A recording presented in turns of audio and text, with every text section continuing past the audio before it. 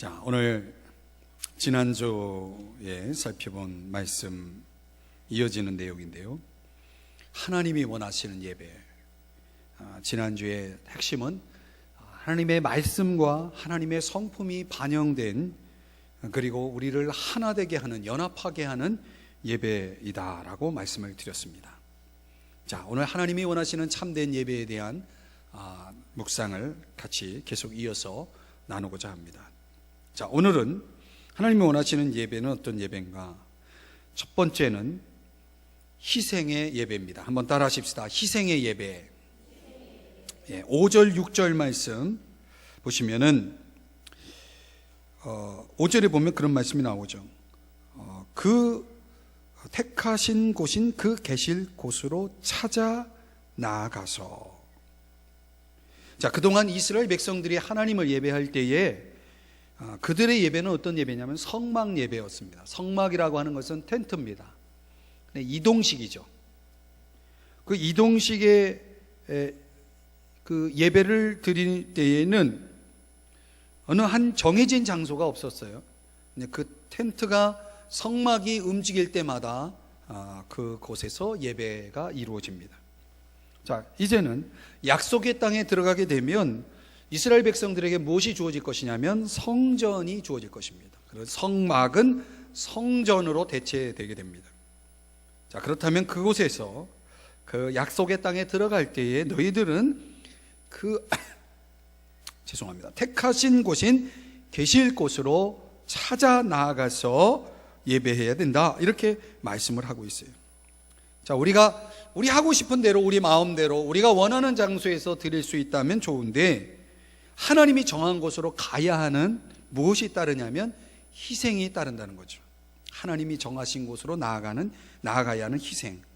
자, 8절 9절에 보시면은 이스라엘 백성들이 광야 생활에서 그들의 안정된 국가 생활이 보장되지 않은 상황에서 그들이 예배는 매우 불안할 수밖에 없었다면, 이제 이스라엘은 하나님이 주시는 기업, 약속의 땅에서 안식을 얻을 뿐만 아니라 이제는 정기적인 예배를 드릴 수 있게 되어지는 그런 환경으로 바뀌어지게 된 것입니다. 그래서 즉흥적인 예배를 허용하지 않게 됩니다. 즉흥적인 예배를 허용하지 않게 됩니다. 자, 우리 읽은 본문의 말씀 몇 절을 보시냐면 한번 8절 말씀을 같이 다시 한번 읽어보겠습니다. 8절 한번 읽어볼까요? 시작.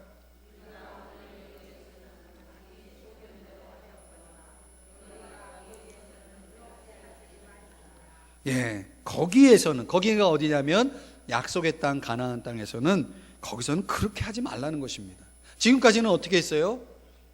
각기 소견대로. 자, 우리의 의견이, 우리의 생각이 중요했습니다. 그런데 이제 약속의 땅, 가나안 땅에 들어갔을 때에는 그렇게는 하지 말라는 것입니다. 그렇게 하지 말라는 것은 뭐냐면, 이제는 정해진 시간, 정해진 장소에 모여서 하나님 앞에 나아가야 한다라고 하는 말씀을 주시는 것이에요. 자, 10절, 11절의 말씀을 또 가보면요, 하나님은 이스라엘을 아들로 보고 있다는 것입니다. 아들, 자녀로 보고 있다는 것이에요. 그리고 그들에게 무엇을 주셨습니까? 기업을 주셨습니다. 기업은, 여기서 말하는 기업은 땅을 말합니다. 자, 적어도 아버지가 자녀에게 기업을 줄 때는 언제입니까? 죽을 때죠. 그런데 하나님은 죽을 수가 없습니다. 하나님은 영원히 존재하시는 분이죠. 그렇기 때문에 하나님은 이스라엘 백성들에게 여전히 그들이 유목민으로 살게 하실 수도 있었고, 굳이 그들에게 기업을 주실 필요도 없었어요. 왜? 하나님은 살아계시기 때문에. 하나님의 기업을 하나님의 자녀인 그의 백성들에게 주실 이유가 사실은 없었다는 것입니다. 그런데 하나님은 그들이 거주할 수 있는, 아주 안전하게 평안하게 거주할 수 있는 땅을 주셨다는 사실이에요. 그리고 하나님은 이에 상응한 감사를 받으시기를 원하셨다는 것입니다. 그러니까 하나님은 어떤 분이에요? 먼저 주시고, 그리고 우리가 거기에 따라 감사하기를 원하신다는 것입니다. 여러분 감사하십니까? 자, 11절을 볼까요? 그래서 뭐라고 얘기해요? 그냥 마음으로 감사하는 게 감사가 아니라 내가 명령하는 것을 모두 가지고 갈지니 가져가라 라고 하는 것이 나옵니다. 가져가라.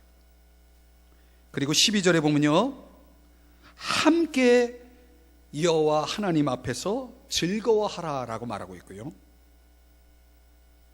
그리고 13절 14절에도 내게 보이는 아무 곳에서나 드리지 말고 여호와께서 택하실 그곳에서 모든 것을 거기서 행하라, 이렇게 말씀을 하고 있는 것입니다. 이 내용을 전체를 정리하면은 이런 것이죠. 이스라엘 백성들은 이제 하나님께서 주신 은혜의 선물에 대한 감사의 고백을 가지고 하나님 앞에 무엇을 가지고 가야 한다는 것이에요. 이스라엘 백성들이 안타깝게도 이 명령을 계속 어깁니다. 그리고 그들이 하나님이 택하신 곳이 아닌 산당이라는 곳에서 그들이 성전이 존재하지 않을 때에 그들 임의대로 했던 그들이 정한 장소에서 제사를 드리고 하는 그런 불순종을 계속 이어갑니다. 그리고 가나안 정복 이후 성전이 건축되기까지 약 4세기 동안 그런 일들이 계속 벌어집니다. 그리고 솔로몬이 성전을 건축한 이후에도 유다의 여러 왕들이 계속 이 풍습을, 이 악습을 계속 반복하고 있는 것을 보게 됩니다. 오늘 성경은 우리에게 무엇을 요구하냐면, 중요한 것은 하나님이 정한 곳으로 하나님이 주신 선물에 대해서 감사의 반응을 가지고 가라 라고 말씀하고 있는 것입니다. 범죄와 예물을 가져다가 드리라고 말하고 있어요. 그런데 여기에 드림이 무엇을 위한 목적인지를 다시 한번 들여다봐야 되는데, 오늘 성경에서 우리가 살펴본 이 본문 11절 말씀에 보면 여러 가지 내용들이 나와요. 여기에는 번제라는 것이 나오고요, 이 번제는 온전히 하나님께 바치는 제물을 얘기합니다. 이거는 그 의미적으로 하나님께 대한 신자의 온전한 헌신을 이야기합니다. 그리고 이 번제를 제외한 나머지 모든 것들은 서로 나눌 수 있도록 하나님께서 말씀하셨어요. 11조, 서원제, 낙헌예물, 소와 양의 처음 난 것들, 이런 것들을 하나님 앞에 가지고 가서 하나님 앞에서 함께 뭐하라고 말하고 있냐면 즐거워할지어다 라고 말하고 있는 것입니다. 자, 이게 좀 구약 성경이지만 이거를 의미적으로 좀 정신적으로 한번 우리가 들여다보면요, 여기서 강조하고 있는 예배의 핵심이 뭐냐면 우리의 예배는 희생적이어야 한다는 것이에요. 우리는 그 예배의 자리로 나온 저와 여러분은 지금 어떤 분들이냐면 하나님께서 저와 여러분에게 값없이 이미 기업을, 땅을 주셨다는 거예요. 하나님의 은혜가 저와 여러분에게 이미 주어졌다는 거예요. 하나님의 은혜가 주어졌다면 우리가 해야 할 일은 뭡니까? 그 주어진 은혜에 대한 무엇이 있어야 된다? 희생이 있어야 된다는 거예요. 반응이 있어야 된다는 거예요. 여러분에게 그런 게 있습니까? 우리는 어떤 희생을 하나님 앞에 드릴 수 있을까요? 과연 우리가 드릴 수 있는 희생이라는 것은 무엇일까요? 가장 큰 희생이 뭐냐면 우리의 몸입니다. 몸. 우리가 주님 앞에 드릴 수 있는 희생의 가장 기본은 몸입니다. 그래서 사도 바울 서신인 로마서에 보면 로마서 12장 1절에 무슨 말씀이 나오죠? 기억하시나요? 너희 몸을 하나님이 기뻐하시는 거룩한 산 제물로, 살아있는 제물로 드려라.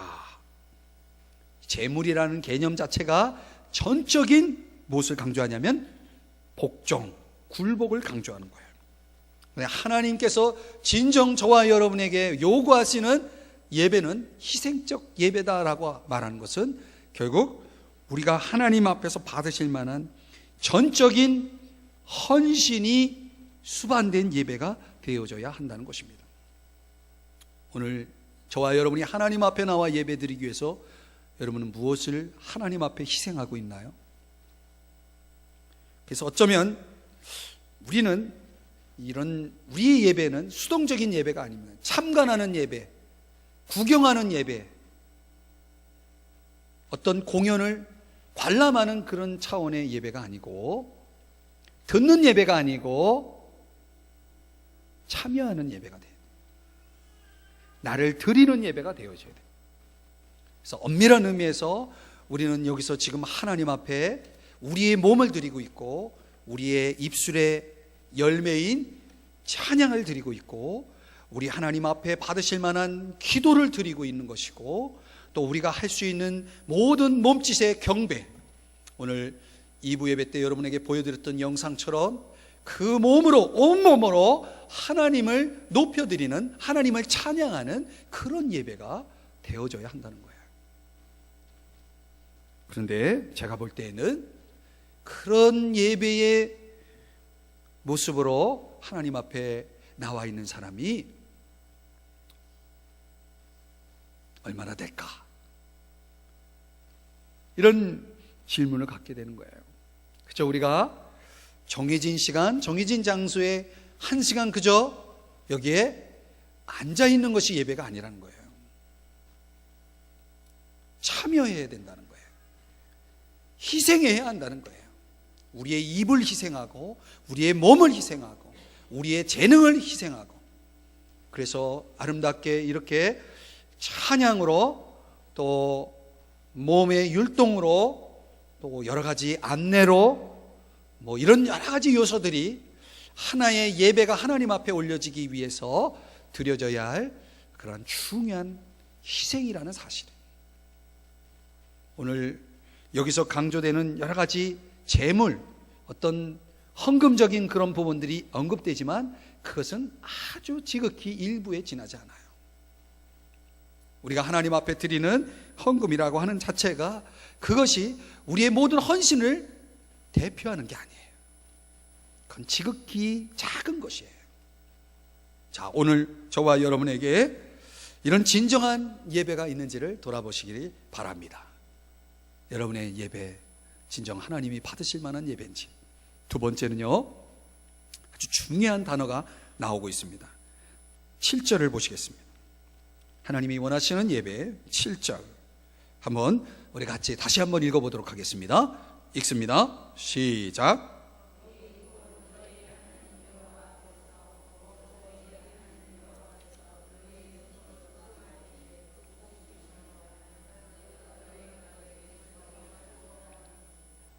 자, 여러분 앞에 보여지는 이 성경 구절, 그 내용 속에 여러분들의 눈에 들어오는 단어는 어떤 단어입니까?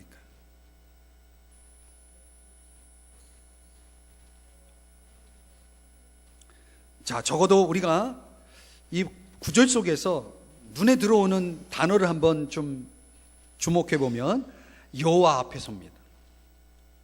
자, 예배란 무엇입니까? 우리가 하나님 앞에 있는 거예요. 누구 앞에, 어떤 사람 앞에 있는 것이 아니라, 목사 앞에 있는 게 아니라, 우리 모두는 다, 저를 포함해서 우리 모두는 다 누구 앞에? 하나님 앞에 있는 것입니다. 자, 그런데 하나님 앞에서 뭐 하고 있습니까? 먹고 있습니다. 우리는 먹고 있습니다. 수고한 일에 복 주심으로 말미암아 이제 또 뭐 하고 있습니까? 즐거워하는 것입니다. 여러분, 우리의 예배 속에 무엇이 빠져서는 안 되냐면 먹는 것과 즐거움이 빠져서는 안 되는 것입니다. 구원의 활동의 중심은 구약에서는 유월절이었다면 신약은 성찬식입니다. 그래서 지금 현대 교회의 예배 속에 초기 교회가 가지고 있었던 예배 전통 가운데 무엇이 지금 사실 잘 이행되지 않고 있냐면 성만찬이라고 하는 예식이 생략되어 있는 예배를 드리고 있습니다. 그러나 구약의 유월절, 신약의 성경 속의 이 성찬 예식이라고 하는 것이 그 당시로는 굉장히 중요한 의식이었고 예배의 가장 중요한 핵심이었다는 거예요. 오히려 메시지보다, 설교보다 성찬 예식은 매우 중요한 순서였다는 것입니다. 왜 그것들이 중요하냐면, 그걸 통해서 그들은 뭘 경험했냐면, 한번 따라 하십시다. 기쁨이 있었다는 것입니다. 먹는 기쁨. 함께 하나님 앞에 일부는 번제로 드리고 일부는 제사장에게로 돌아갔고, 그리고 나머지는 가족들과 함께 그들은 여호와 앞에서 뭐 하고 있냐면 즐겁게 먹으며 즐겁게 시간을 갖고 있었던 것이죠. 여러분, 예배드리면서 혹시 따분하다, 실증이 난다, 지루하다, 만약 여러분의 마음속에 이런 부분이 조금이라도 있다면 그 예배는, 하나님이 받으시는 예배는 될 수가 없을 것입니다. 하나님 앞에 우리가 드려질 때에 우리는 언제나 즐거워야 합니다. 하나님 앞에 있음으로 인해서 즐거워야 합니다. 왜? 우리에게 복 주심으로 말미암아.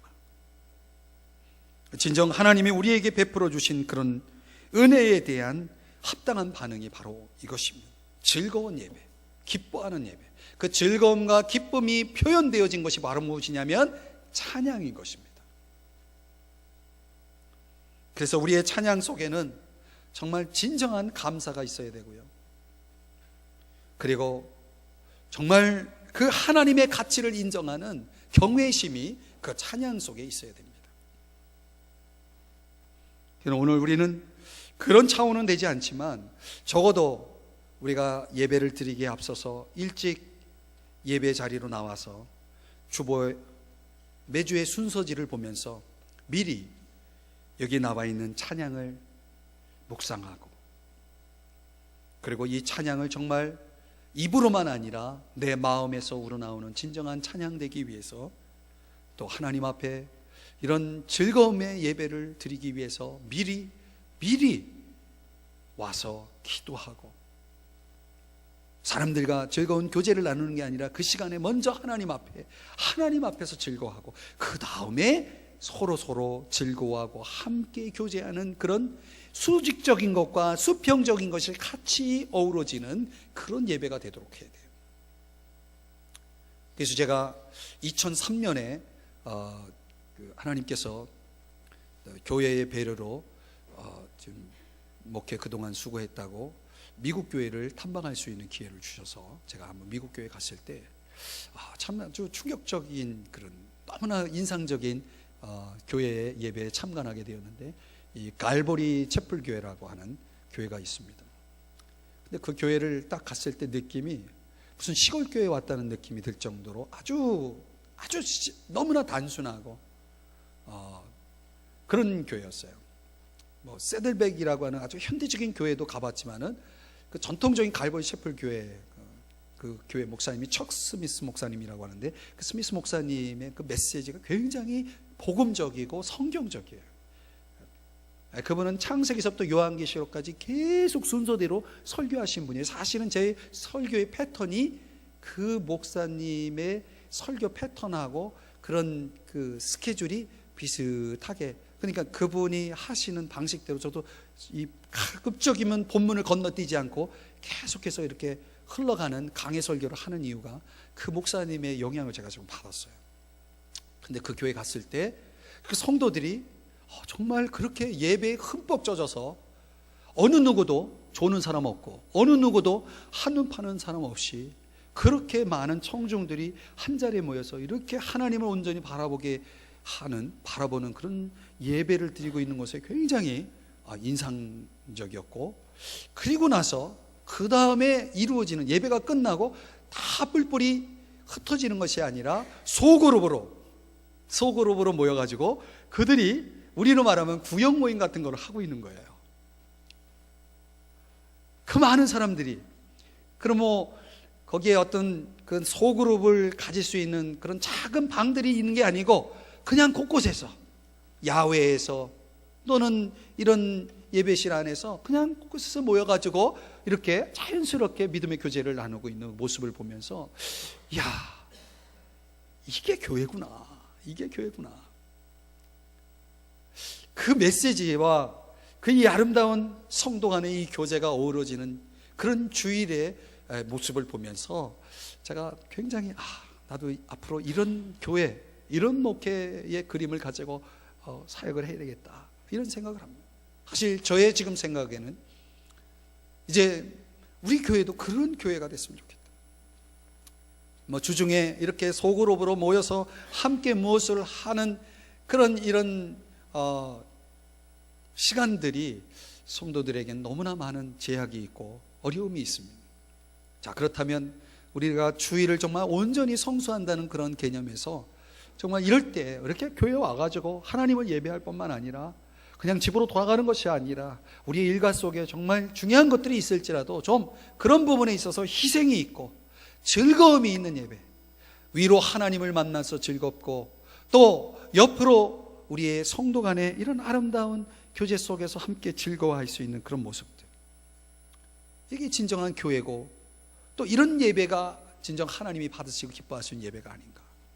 그래서 오늘 우리가 그런 교회가 되기 위해서 서로가 마음을 열고 하나님과 또 성도 간에 이런 넘치는 기쁨을 만끽하는 그런 예배를 우리 교회도 드릴 수 있기를 주의 이름으로 축복합니다. 현대 그리스도인들은 그런 예배를 통한 행복을 느껴야 돼요. 그 행복이 일주일을 가는 거예요. 일주일.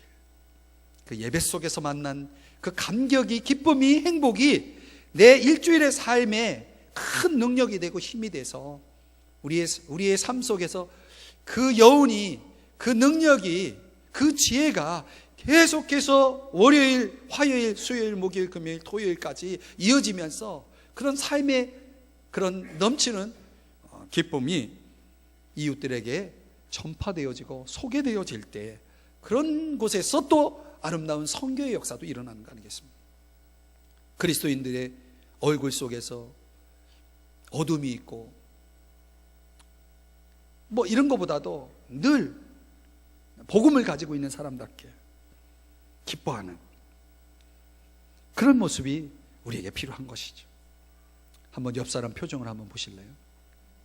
행복해 보이십니까? 행복하십니까?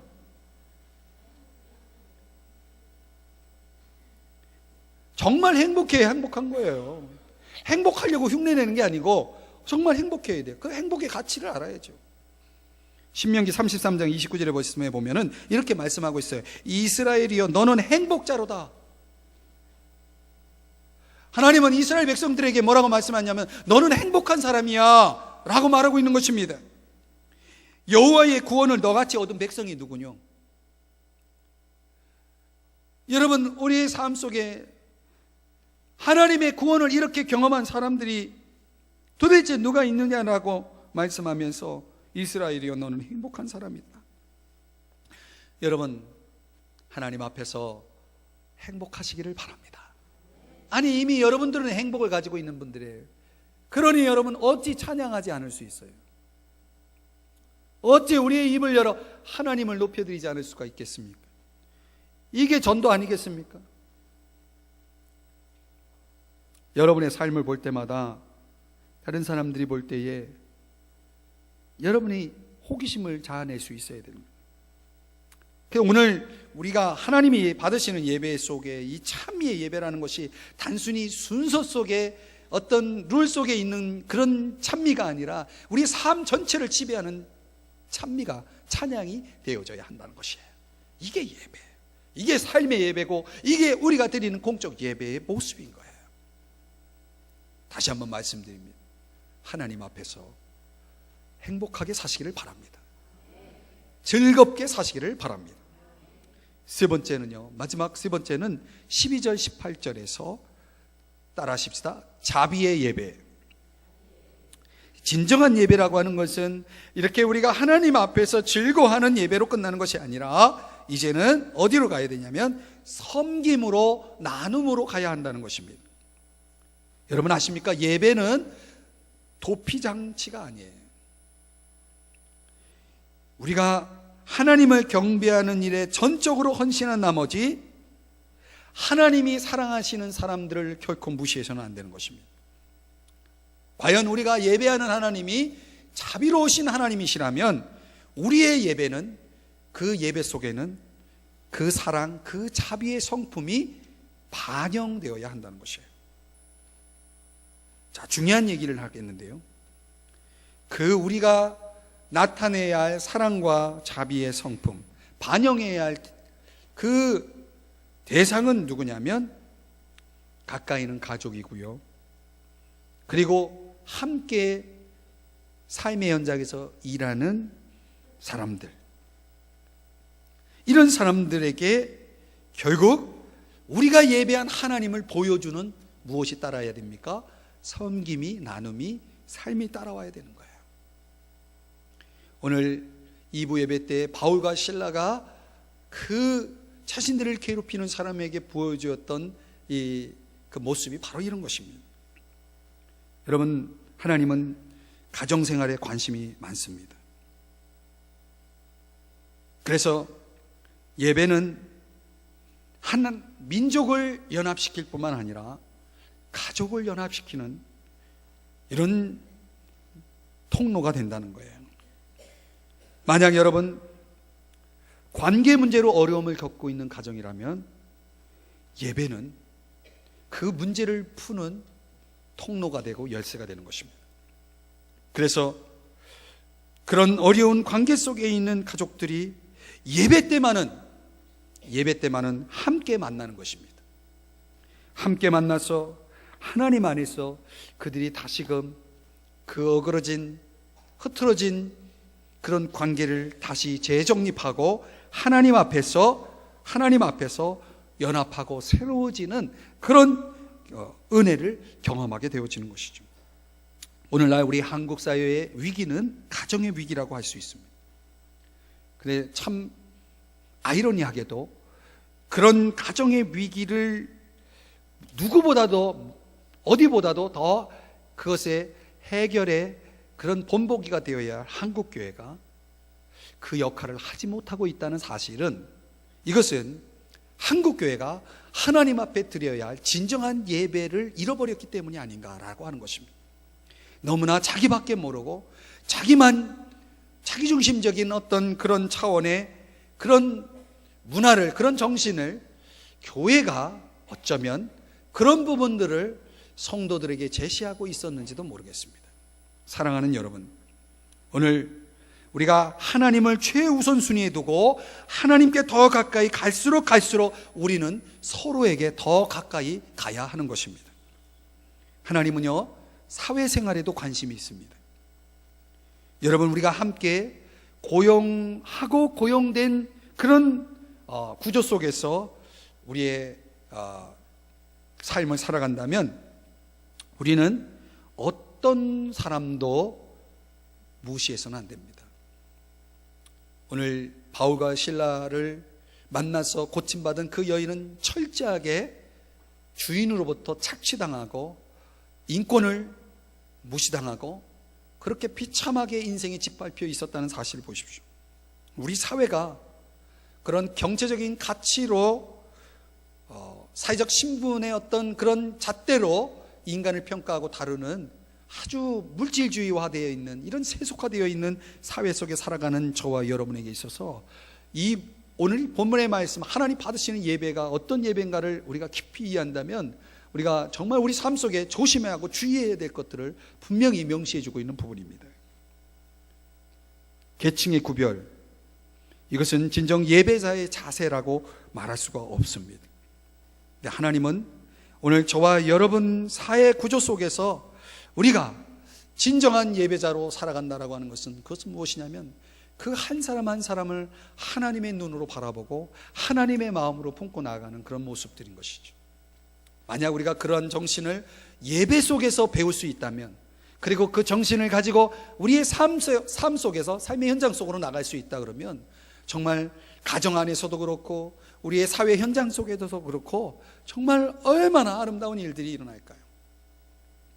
오늘 우리는 사도행전의 말씀을 통해서, 또 오늘 신명기 말씀을 통해서 거듭 우리 주님께서 저와 여러분에게 말씀해 주고 있는 것입니다. 또한 우리 주님은 가정에도, 또 우리의 생활 터전에서도 주님은 그런 데 관심을 갖고 있을 뿐만 아니라 하나님은 영적 리더에도 관심을 갖고 있다는 것입니다. 오늘 12절, 13, 19절 말씀에 보면 당시 이 성경시대에 레위인들, 아무런 분깃 없이 그저 하나님을 섬기기 위해서 부름받은 레위인들에게 하나님은 그들의 삶의 모든 것을 주의 백성들에게 부탁하고 있어요. 그들을 저버리지 말라. 그들을 저버리지 말라. 이렇게 말씀하고 있어요. 여러분, 예배는 주님을 섬기는 일에 종사하는 이들을 위해서 돌아보고 그들의 필요를 채워드리는 시간이기도 하다는 사실을 잊지 마십시오. 오늘 저와 여러분이 살아가면서 하나님이 진정 원하시는 예배는 이렇게 돌아보는 예배, 다른 사람들을 위해서 섬기는 예배, 그들의 필요를 채워주는 예배, 이것이 진정 하나님이 받으시는, 기뻐하시는 제사임을 오늘 성경이 우리에게 가르쳐주고 있습니다. 히브리서 말씀을 읽어드리고 말씀을 정리할게요. 히브리서 13장 15절 16절 말씀입니다. 그러므로 우리는 예수로 말미암아 항상 찬송의 제사를 하나님께 드리자. 이는 그 이름을 증언하는 입술의 열매니라. 오직 선을 행함과 서로 나누어 주기를 잊지 말라. 하나님은 이 같은 제사를 기뻐하시느니라. 저는 우리 교회가 하나님 앞에서 참 즐거워하는 그런 축제적인 예배, 그런 예배가 있는 교회가 되길 소원합니다. 오늘 하나님께서 이제 2015년 새해를 준비하는 저의 마음속에 계속해서 하나님이 지금 주시는 비전이 있습니다. 그 비전을 이제 사무총회를 통해서 여러분들에게 공개하겠지만은 내년 우리 교회가 바라보고자 하는, 함께 보며 나아가고자 하는 비전이 있습니다. 저는 오늘 이 본문의 주제와 다르지 않습니다. 그래서 오늘 이런 주제와 함께 과연 저와 여러분이 하나님의 은혜 속에 살아가고 있다면 하나님이 진정 우리에게 원하시는 예배 모습, 예배자의 모습이 필요합니다. 그것은 희생이 있는 예배고 찬미가 있는, 즐거움이 있는 예배요, 그리고 우리에게 허락하신 그 은혜를 나누는 자비의 예배가 되어야 한다. 오늘 이것이 저와 여러분에게 주시는 신명기 이 말씀의 교훈인 것입니다. 기도하시겠습니다.